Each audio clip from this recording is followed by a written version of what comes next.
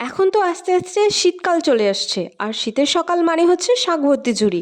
আর শীতকালে এই কারণে এত বেশি পছন্দের হয় কারণ এই সময়ে মনের মতো নানান ধরনের শাকসবজি পাওয়া যায়। তাই আজকে নিয়ে চলে এসেছি একটা খুব সুন্দর পাতা শাকের রেসিপি।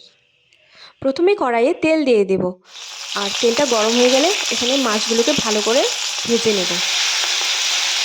আর মাছগুলো ভাজা হয়ে গেলে ওই তেলেই দিয়ে দেব কাঁচা লঙ্কা, রসুন আর রাঁধুনি। এরপর এটাকে বেশ ভালো করে নাড়াচাড়া করার পর এতে দিয়ে দেব আদা কুচি আর রসুন কুচি। তারপর দিয়ে দেব হচ্ছে ধনে গুঁড়ো আর হচ্ছে জিরে গুঁড়ো। এরপর দিয়ে দেব হলুদ। এখানে আমি লাউয়ের কচি পাতাগুলোকে কুচি কুচি করে কেটে পরিষ্কার করে নিয়েছি। এখন এগুলোকে এতে দিয়ে দেব। এখন এগুলোকে বেশ ভালো করে ভেজে নেব। এরপর পাতা শাক থেকে জল বের হলে এর মধ্যে দিয়ে দেব পরিমাণ মতো লবণ। এখন এটাকে বেশ ভালো করে নাড়াচাড়া করে নেব।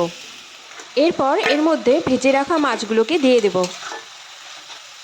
আর মাছগুলোকে পাতা শাকের মধ্যে ভালো করে নাড়াচাড়া করে মিলিয়ে নেব। আর কে কে আমার মতো পাতা শাক খেতে পছন্দ করো আমাকে এক্ষুনি কমেন্ট করে জানাও। আর এই রেসিপি তোমরা গরম ভাতের সাথে খেয়ে দেখো, তোমাদেরকেও খুব ভালো লাগবে। তাহলে বেশি দেরি না করে নিত্য নতুন রেসিপির ভিডিও পেতে আমার চ্যানেলটাকে সাবস্ক্রাইব করে দাও।